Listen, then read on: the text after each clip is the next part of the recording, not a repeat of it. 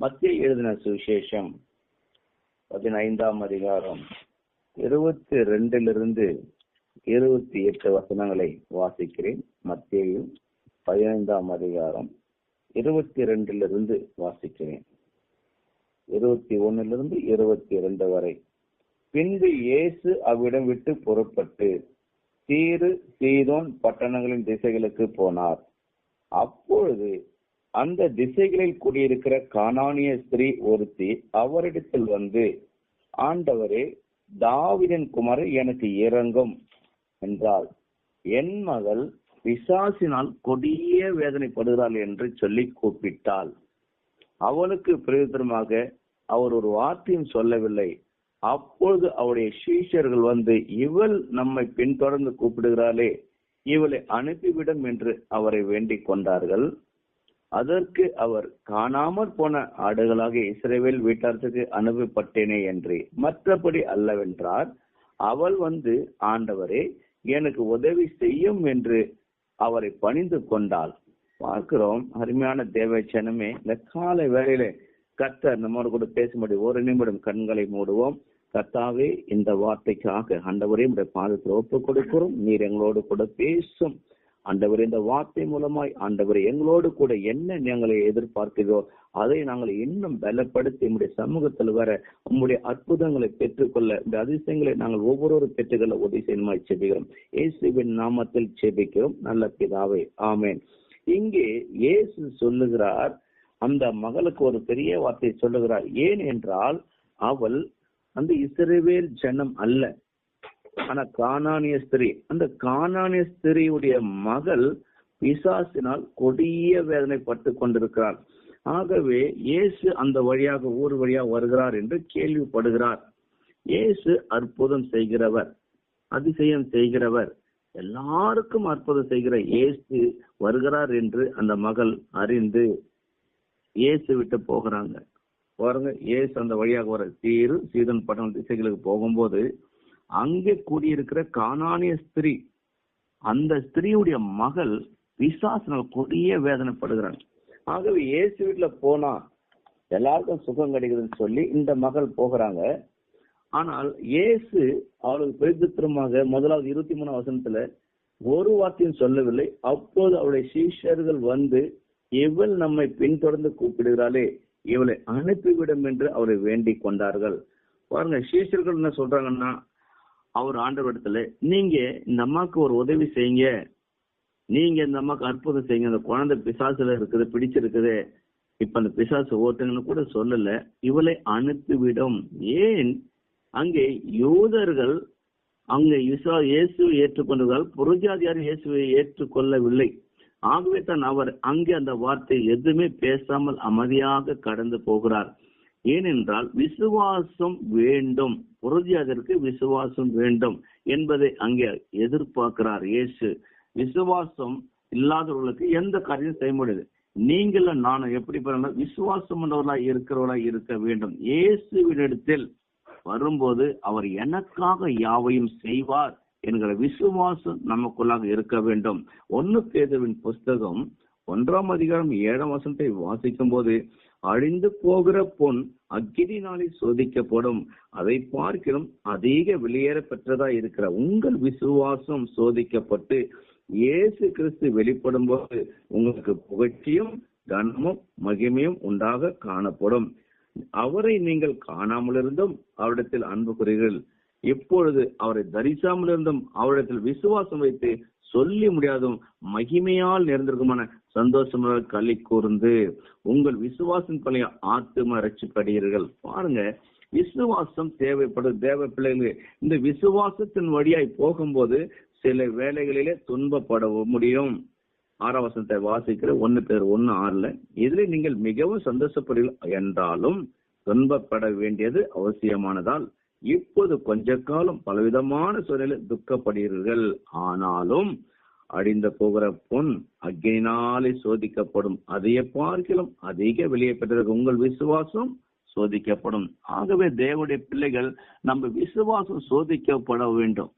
அப்ப விசுவாசம் எப்ப சோதிக்கப்படும்? எல்லாம் நம்ம கிட்ட பணம் இருக்கும்போது வாங்குறது அது நம்ம விசுவாசம் இல்ல. ஒண்ணுமே இல்லாத பொறுத்து வாங்குறதுதான் தேவனத்தில் கேட்டு பெற்றுக்கொண்டு அந்த ஆசீர்வாதத்தை பெற்றுக்கொண்டதுதான் ஆசீர்வாதம். ஏனென்றால் அங்கே சொல்லப்பட்டிருக்குது, ரோமர்ல 14:23 சொல்லுகிறது, விசுவாசத்தினால் வராத யாவுமே பாவம். ஆகவே இயேசுவை விசுவாசித்து நடக்கிற நாம் எதை வேண்டுமென்றாலும் விசுவாசித்து ஜெபத்திலே தேவனத்தில் கேட்டு பெற்றுகிற ஒரு பழக்கமுள்ள இருக்க வேண்டும். ஆகவே இங்கே இயேசு ஏன் இருந்தால், இந்த மகள் கானானிய ஸ்திரீ, இந்த கானானிய ஸ்திரீக்கு இப்படிப்பட்ட ஒரு விசுவாசம் இருக்குதா என்பதற்காக ஆண்டவர் வருகிறார். ஆகவே 24ஆம் வசனத்தை வாசிக்கும் போது மத்தேயு 15:24, அதற்கு அவர் காணாமற் போன ஆடுகளாக இஸ்ரவேல் வீட்டாரத்துக்கே அனுப்பப்பட்டேன் என்று, மற்றபடி அல்லவென்று சொல்றார். அந்த மகளுக்கு சொல்றார், கானானிய ஸ்திரீக்கு.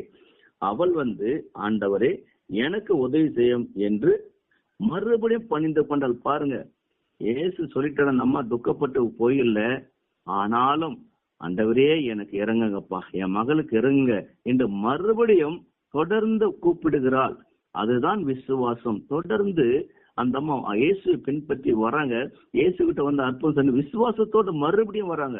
ஃபர்ஸ்ட் வாட்டி சொல்லிட்டாரு, இது அமைதியா போயிட்டாரு. ஆனா 2வது வாட்டி அந்த அம்மா ஆண்டவருடைய சமூகத்தில் எனக்கு உதவி செய்யும் ஆண்டவரே என்று அந்த அம்மா பணிந்து கொள்ளும் போது, இப்பதான் இயேசு அந்த அம்மாக்கு நேரடியாக ஒரு வார்த்தை சொல்லுகிறார். அவர் அவளை நோக்கி, பிள்ளையின் அப்பத்தை எடுத்து நாய்க்குட்டிகளுக்கு போடுவது நல்லதல்ல என்றார். அதற்கு அவள், மெய்தான் ஆண்டவரே, ஆகிலும் நாய்க்குட்டிகள் தங்கள் எஜமானில் மேஜிலிருந்து விழும் துணிக்கைகளை தின்னுமே என்றால். பாருங்க, இயேசு சொல்றார், நாய்க்குட்டிகளுக்கு பிள்ளையின் அப்பத்தை எடுத்து நாய்க்குட்டிகளுக்கு போடும். ஏன் என்றால் இஸ்ரவேலுக்காகத்தான் வந்தார், இஸ்ரவேல் ரட்சிக்கப்படிதான் வந்தார். ஆனால் மற்றபடி என்றால், ஏன்னா யூதர்கள் எல்லாரும் இயேசுவை மேசை என்று அறிந்திருக்கிறார்கள். ஆனா அந்த கானானியர்கள் அறிவியவில்லை. ஆகவே அவங்களுக்கு எப்படி விசுவாசம் இருக்கின்றது கர்த்தர் இங்கே பார்க்கிறார். ஆனால் அந்த மகள் ஒரு வார்த்தை சொல்லுகிறார். அந்த மகள், அதற்கு அவள், மெய்தான் ஆண்டவரே, ஆகிலும் நாய்க்குட்டிகள் தங்கள் எஜமானில் மேய்ந்து விடும் துணிக்கை தின்னுமே என்று இயேசு அவளுக்கு பிரதித்தமாக, ஸ்திரீயே, உன் விசுவாசம் பெரியது, நீ விரும்புகிறபடி உனக்கு ஆக கடவுது என்றார். அந்நேரமே அவள் மகள் ஆரோக்கியமான. அல்லேலூயா. இயேசு அற்புதம் செய்கிறவர். எப்பேற்பட்ட வியாதியா இருந்தாலும் கர்த்தர் உங்களுக்கு சுகமாக்குவார். இந்த கால வேளையிலே நீங்கள் எப்படி கேட்க வேண்டும்? அந்த மகள் ஒரு வார்த்தை சொல்லி ஜெபம் பண்ணுகிறார். ஆண்டவர்கிட்ட கேட்கிறார். நாய்க்குட்டி ஆண்டவர் சொல்றாரு, ஆண்டவரே, ஆகிலும் நாய்க்குட்டிகள் தங்கள் எஜமான மேஜிலிருந்து விழும் துணிக்கைகள், இது ரொம்ப முக்கியம், துணிக்கைகளை தின்னுமே. இந்த துணிக்கைகள் என்பது எதை குறித்து வாசனா? விசுவாச வார்த்தை. ஏன் விசுவாச வார்த்தை என்றால், அங்கே இஸ்ரவேல் ஜனங்களுக்கு அவர் சொல்லும் போது சொல்லுகிறார். லேவியர் ஆகமம் 19ஆம் அதிகாரம் 9-10 வசனங்களை வாசிக்கும் போது, நீங்கள் தேசத்தின் பயிரை அறுக்கும் போது உன் வயலின் ஓரத்தில் இருக்கிறதை தீர அறுக்காமலும் சிந்தி கிடக்கிற கதிர்களை பொறுக்காமலும் உன் திராட்சை தோட்டத்திலே பின்னறுப்பை அறுக்காமலும் அதை சிந்தி கிடக்கிற பழங்களை பொறுக்காமலும் அவைகளை எளியவனுக்கும் பரதேசிக்கும் விட்டு விடுவாயாக. நான் உங்கள் தேவனாகிய கர்த்தன். பாருங்க, சிந்துகிறது. அந்த மகள் சொல்றாரு, ஐயா அது உண்மைதான், ஆனாலும் மேஜிலிருந்து சிந்துறத நான் இங்க தின்னுமையான்னு சொல்லும் போது, அவ சிந்துகிறதெல்லாம் ஏழைகளுக்கும் இலருக்கும் விடுங்கன்னு தேவன் அங்க இஸ்ரவேல் ஜனங்களுக்கு கட்டளை கொட்டதை அதை அந்த விசுவாசத்தோடு இயேசு விட்ட அந்த மகள் பேசுகிறான். ஆகவே தான் இயேசு, மகளே, உன் விசுவாசத்தும்படி ஆகுது, உன் விசுவாசம் பெரிதுமா என்று சொல்லுகிறார். காரணம் என்ன? எங்கே ஆண்டவர் இஸ்ரவேல் ஜனங்களுக்கு சொன்ன பிரகாரமே அந்த கட்டளை சிந்துகிறதெல்லாம் யாருக்குரியது? ஏழைகளுக்கும் திக்கற்றவர்களுக்கும் உரியது. நீங்க ரூத்து புஸ்தகத்தை வாசிக்கும் போது 2ஆம் அதிகாரத்தை நான் வாசிக்கிறேன். 2ஆம் அதிகாரம் 2ஆம் வசனத்தை நான் வாசிக்கிறேன். மோவாபிய ஸ்திரியான ரூத் என்பவள் நகோமியை பார்த்து, நான் வயல்வெளிக்கு போய் யாருடைய கண்களில் எனக்கு தயை கிடைக்குமோ அவர் பிறகே கதிர்களை பொறுக்கிக் கொண்டு வருகிறேன் என்றால், அதற்கு இவள், என் மகளே போ என்றாள். பார்க்கிறோம். அந்த இடத்துல அப்படியே வாசிக்கிறேன். நீங்க வர்றீங்கன்னா 7ஆம் வசனத்தை நான் வாசிக்கிறேன். அறுக்கிறவள் பிறகே அரிக்கட்டுகளிலிருந்து சிந்தினதை பொறுக்கிக் கொள்ளுகிறேன் என்று அவள் என்னிடத்துல கேட்டுக்கொண்டால், காலமே துவக்கி இது வரைக்கும் இங்கே இருக்காள். இப்பொழுது அவள் குடிசைக்கு வந்து கொஞ்ச நேரம் தான் ஆயிட்டு என்றால், அப்போது போவாஸ் ரூத்தை பார்த்து, மகளே கேள், பொறுக்கிக் கொள்ள வேற வயலில் போகாமலும் இவ்விடத்தை விட்டு போகலாம், இங்கே என் ஊழியக்காரர் பெண்களோடு கொடுவீரு. அவர்கள் அறுப்பறுக்கும் வயலை நீ பார்த்து அவர்கள் பிறகே போ, ஒருவர் உன் தொடர்பு வேலைக்கார கட்டளை என்று சொல்றாரு பாருங்க. அது மாத்திரமல்ல, 14, 15, 16, 17 வசனம் வாசிக்கிறேன். பின்னும் போவார் சாப்பாட்டு வேலையில் அவளை பார்த்து, நீ இங்கே இந்த அப்பத்திலே புசித்து காடில் உன் துணிக்கையை துவைத்துக் கொள் என்றால், அப்படியே அவள் அறுப்பர்கள் உட்கார்ந்தால் அவளுக்கு வறுத்த கோதுமையை கொடுத்தான். அவள் சாப்பிட்டு திருப்தி அடைந்து மீதியை வைத்துக் கொண்டாள். அவள் கதிர் பொறுக்கிக் கொள்ள எழுந்தபோது போவாஸ் தன் வேலைக்காரை நோக்கி, அவள் அரிக்கட்டுகள் நடுவே பொறுக்கிக் கொள்ளட்டும், அவளை ஈனம் பண்ண வேண்டாம், அவள் பொறுக்கிக் கொள்ளும்படிக்கு அவளுக்காக அருகிலே சிலதை சிந்த விடுங்கள், அவளை அதட்டாதிருங்கள் என்று கட்டளையிட்டான். அப்படியே அவள் சாயங்காலம் மட்டும் அவளை கதிர் பொறுக்கினாள். பார்க்கிறோம் தேவனுடைய பிள்ளை, இதெல்லாம் கர்த்தர் தம்முடைய பிள்ளைகளுக்கு திட்டம் பண்ணினது. ஏழைக்கும் திக்கற்றவர்களுக்கும் பொறுமையாருக்கும் நீங்களும் நானும் இன்னைக்கு பொறுஜாதியா இருந்தாலும் காலேஜுக்கு பொறுமானவர்களா இருந்தாலும் இந்த காலை வேளை விசுவாசத்தோடு நீங்கள் இயேசு விட்டு வருவீர்கள் என்றால், விசுவாசத்தோடு இயேசுவை நோக்கி பார்ப்பீர்கள் என்றால், அந்த விசுவாசத்தோடு இயேசுவை நோக்கி உங்களுடைய குறைகள் எல்லாம் நீங்க சொல்லுவீர்கள் என்றால், அந்த விசுவாசத்தோடு உங்கள் தேவைகளை இயேசு விட்டு சொல்லுவீர்கள் என்றால், இந்த கால வேளையிலே கேட்கிற உங்களையும் கர்த்தர் அற்புதமாய் சுகமாக்குவார். எப்படிப்பட்ட வியாதியா இருந்தாலும், எப்படிப்பட்ட தேவைகள் இருந்தாலும் கர்த்தர் எல்லாவற்றையும் நிறைவாக்க அவர் வல்லவராய் இருக்கிறார். மனிதனால் கூடாததெல்லாம் தேவனால் கூடும். எப்படிப்பட்ட வியாதியோடு ஒருவேளை நீங்கள் இருப்பீர்கள் என்றால், இயேசு விசுவாசத்தோடு நீங்க ஜெபம் பண்ணுங்க, விசுவாசத்தோடு கூப்பிடுங்க, இயேசு அற்புதம் செய்வார். அவர் அற்புதத்தின் தேவன், அவர் திக்கற்றவரும் எளியவருக்கும் அவர் தேவனாய் இருக்கிறார். சிந்துகிறது புறஜாதியார் நமக்கு அது கொடுக்கப்படுகிறது. அந்த மகள் அந்த விசுவாசத்தோட அந்த வார்த்தையை இயேசுவிடத்திலே பேசுகிறார். மெய்தான் ஆண்டவரே, ஆனாலும் அந்த மேஜையில வந்து விழும் துணிக்கைகளை ஆண்டவரே நாய்க்குட்டிகள் தின்னுமேன்னு சொல்லும் போது, மகளே உன் விசுவாசம் தெரியாது. பாருங்க, சிந்துகிறது. தேவனுடைய பிள்ளைகளை இன்றைய நாளிலும் விசுவாசத்தோடு நீங்க தேவனுடைய சமத்துல வாங்க. விசுவாசமே உலகத்தை ஜெயிக்கிற ஜெயம். ஆகவே விசுவாசம் இல்லாமல் தேவனுக்கு பிரியமாய் இருப்பது கூடாத காரியம். ஆகவே நீங்கள் அந்த கால வேளையில விசுவாசத்தோடு தேவனிடத்தில் வரும்போது, அந்த சிலுவையில சின்ன ரத்தத்தினாலே உங்களுடைய காயங்களையும் உங்களுடைய பிரச்சனைகளையும் உங்களுடைய எல்லா விதமான சூழ்நிலையும் அவர் எல்லாவற்றையும் நீக்க அவர் சுகமாக்க அவர் வல்லவராய் இருக்கிறார். எப்படிப்பட்ட வியாதி படுத்த படுக்கையா இருந்தாலும் நீங்கள் விசுவாசத்தோடு சொல்லுங்க, விசுவாசத்தோடு நோக்கி கூப்பிடுங்க, ஆண்டவர் எனக்கு இறங்க என்று அந்த மகள் தொடர்ந்து கூப்பிட்டால் அதுதான் விசுவாசம். ஒரு வாட்டி சொல்லிட்டாரு, அதனால திரும்பி போயிடல. அந்த மகள் விசுவாசத்தோடு வராங்க. பாருங்க, இயேசு எதுவுமே பேசல, அந்த மகள் நொந்து போயிட்டாங்க. ஆனால் உடனே விட்டு விலகி போகல, தொடர்ந்து மறுபடியும் ஆண்டவரிடத்துல வந்து பணிந்தார் என்று பார்க்கிறோம்.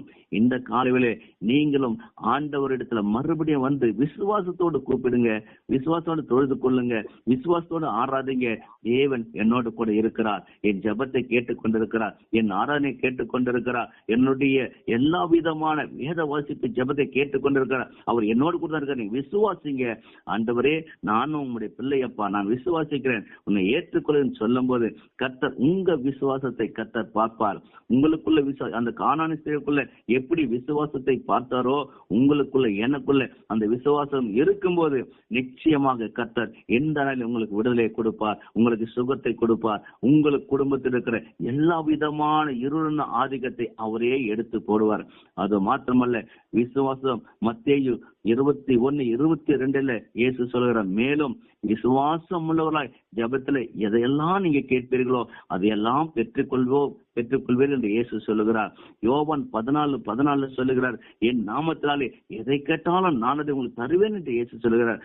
அருமையான தேவ ஜனமே, இந்த காலவெளியிலே விசுவாசத்தோடு நாம் இருக்க வேண்டும். விசுவாசத்தோடு நம் தேவனிடத்தில் கூப்பிடும்போது அவர் அதை கேட்டு, அந்த விசுவாச வார்த்தை கேட்டு தேவன் உங்களுக்கும் அவர் பதிலளிக்க, உங்களையும் சுகமாக்க, உங்களையும் ஆசீர்வதிக்க அவர் வல்லவராயிருக்கிறார். இந்த கால வேளையிலும் இதை கேட்ட உங்களையும் கர்த்தர் எப்படி அந்த கானான் ஸ்திரீயுடைய மகளை சுகமாக்கினாரோ, கொடிய பிசாசு பிடியில் இருக்கிற அந்த மகளை யாராலும் சுகமாக்க முடியாத அந்த அந்த மகளை, வேதனையோடு இருந்த மகளுடைய வாழ்க்கை, கண்ணீரோடு இருந்த அந்த மகளுடைய வாழ்க்கை இயேசு எப்படி அதை ஆனந்த கழிப்பாக மாற்றினாரோ, பிசாசை எப்படி துரத்தி அந்த குடும்பத்தை மறுபடியும் ஆசீர்வதித்தாரோ, இந்த காலவிலே நீங்கள் கூப்பிடும்போது கர்த்தர் உங்களையும் ஆசீர்வதித்து உங்க குடும்பத்தை அவர் பெருக செய்கிறார் இருக்கிறார்.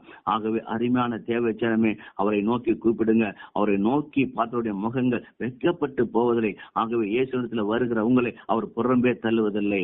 கர்த்தர் தாமே உங்களை ஆசீர்வதிப்பாராக. கண்களை மூடுவோம். தகப்பனே, கொடுத்த இந்த வார்த்தைக்காக நன்றி அப்பா. ஆமா ஆண்டவரே, நீங்கள் ஆண்டவர் இந்த பட்டணங்கள் வழியாய் நீங்கள் போகும்போது அந்த கானான ஸ்திரீ உம்முடையத்தில் ஓடி வந்து என் மகள் பிசாசினால் கொடிய வேதனைப்படுகிறாள், ஆண்டவரே இயேசுவே எனக்கு இறங்கு என்று ஜெபிக்கும் போது ஆண்டவர் அமைதியாக இருந்தது உண்மைதான். ஆனால் மறுபடியும் அவர் விசுவாசத்தோடு அந்த மகள் இயேசுவிடத்தில் கேட்கும் போது, பணிந்து கொள்ளும் போது, ஆண் மகளே உன் விசுவாசம் பெரியது என்று சொல்லி, உன் விசுவாசம் படி உனக்கு ஆக கொண்டு சொல்லி அவன் மகளை எப்படி ஆசீர்வதித்தாரோ, நீங்கள் விசுவாசத்தோடு கூப்பிடுங்க, விசுவாசத்தோடு கர்த்தரிடத்துல வாங்க, விசுவாசத்தோடு கர்த்தரிடத்துல ஜெபத்துல வைங்க. கர்த்தர் உங்கள் குறைகளெல்லாம் கிறிஸ்து இயேசுக்குள் மகிமையிலே நிறைவாக்குவார். அது மாத்திரமல்ல, எப்படிப்பட்ட வியாதியா இருந்தாலும் இயேசு இந்த வேளையில நீங்க விசுவாசத்தோடு ஆண்டவரே என்னை சுகமாக்குன்னு சொல்லுங்க. உங்க குடும்பத்துல யாருக்கு வியாதி இருந்தாலும் நீங்க கைவிட்டு ஜெபம் பண்ணுங்க. இயேசு அற்புதத்தை செய்வார். இயேசு சுகத்தை கொடுப்பார். இயேசு உங்க குடும்பத்தை மீட்டு எடுப்பார். இயேசுவின் ரத்தம் உங்களுடைய எல்லா விதமான அழுக்கை நீக்கி போடும். அது மாத்திரம் இயேசுவின் ரத்தம் சகல பாவங்களை சுத்திகரிக்கும். உங்களுடைய பிள்ளையாக எங்களை ஏற்றுக்கொண்டு சொல்லும் போது இந்த காலையில் கர்த்தர் உங்களை ஆசீர்வதித்து தம்முடைய பிள்ளையாக உங்களை ஏற்றுக்கொள்வார். கர்த்தர் தாமே உங்களையும் உங்க குடும்பையும் இதை கேட்கிற ஒவ்வொருவரையும் ஆசீர்வதிப்பாராக. இயேசுவின் நாமத்தை கேட்கிறோம் நல்ல பிதாவே.